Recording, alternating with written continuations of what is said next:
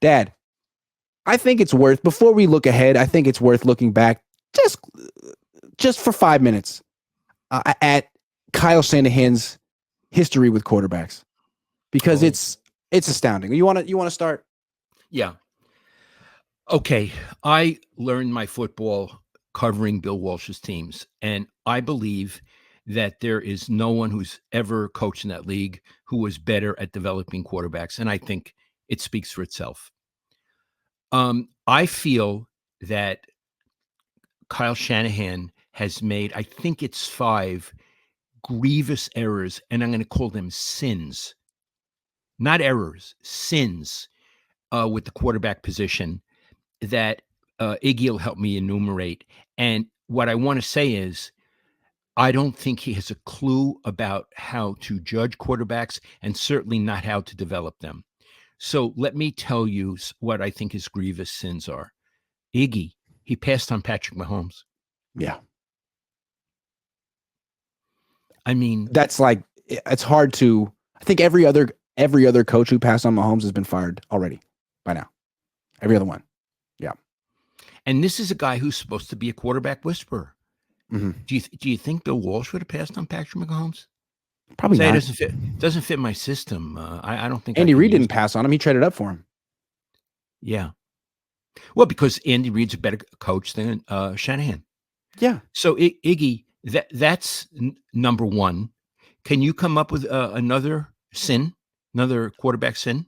Well, they go to the Super Bowl, they lose. Tom Brady is interested in playing for them, and they say, "No, thanks, Tom. You're not good anymore. We want to stick with Jimmy. He's got a future." And then Tom Brady goes to the Bucks and immediately wins the Super Bowl. Right. That's Right. unbelievable. And Yeah. there's a guy who's from San Mateo, Tom Brady, and wanted his dad lives out here. He wanted to come home and play. He could have taken the Niners to a Super Bowl win. Mhm. And It was that's interesting to listen to Tom Brady talk about the Niners as an announcer in this game against the Cardinals. I mean, he could have been there. He got passed up. They were like, "We don't want you, Tom." yeah. I actually think he's very good. His analysis was so spot on. I just wish a guy from San Mateo didn't call San Francisco San Fran. He kept calling it San Fran. I want to say, you grew up right down the Bayshore Freeway. I don't get it. Okay, another one. Another sin.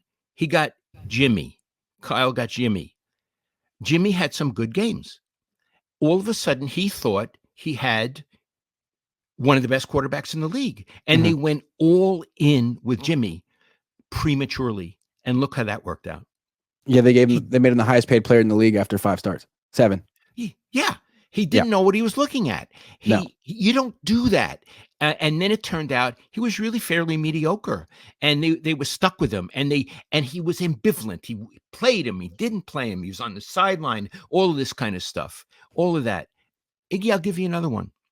So now Jimmy gets hurt, and Kyle is stuck. He's got this kid hanging around that they took with the last pick in the draft, and he didn't know a thing about him. So he said, I have to play him. I have nothing else. He's great. Mhm. He didn't know that he was better than Jimmy, that Brock Purdy was better than Jimmy Garoppolo. He had the guy every day. He didn't Mhm. know he was better. Mhm. He didn't know what he had in his No. quarterbacks. No. And then there's the end all be all was when he finally decided that Jimmy Garoppolo might not be good enough. He, instead of getting like Tom Brady or someone established, he trades 3 first-round picks for the biggest project in the history of projects, Trey Lance, and then Right. loses interest in the project immediately. Yes. Yes. Absolutely. Like a guy who's going to He build a car from scratch in his backyard and just leaves the scraps everywhere forever. That's what he did. And, Yeah. I feel so sorry for Trey Lance. He didn't do anything wrong. No. It wasn't his fault they traded up to get him. Iggy, what did they trade up? What did they give up to get him? 3 first-round picks and a third-round pick. Like they were getting an all-pro quarterback in his prime, but they were Yeah. getting the 3rd pick in the draft. Yeah. And that's a sin. What they did was a sin. Mhm. Absolutely a sin. Mhm. So those are my 5 sins. And what I want to say, Iggy, how do you have a good reputation? I mean, even Tom Brady was saying, Shanahan's a great offensive mind and it's a great team. And I'm thinking, do you know all the quarterbacks he screwed up, including you? How does he have this reputation? The biggest difference between Kyle Shanahan and Robert Saleh is that Kyle Shanahan got lucky with Brock Purdy, and Saleh didn't get lucky with a quarterback. No, he didn't. No. He got screwed. He got And this screwed. latest, yeah, he got screwed. But if Purdy comes back to earth and isn't this special quarterback, and he starts to having the Jimmy Garoppolo slide, Kyle shouldn't be allowed to stick around and pick another quarterback because he doesn't pick the right quarterback. He has to stumble into the guy like one of the three blind mice. That's right. But Iggy, I want to say Brock Purdy coming back and playing good football again.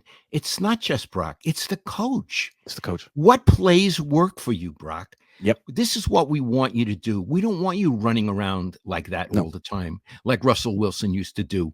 Let's get back to basics. What 10 plays do you like? What are we going to do? Not like these are the 10 plays I like, Brock, and you have to do them.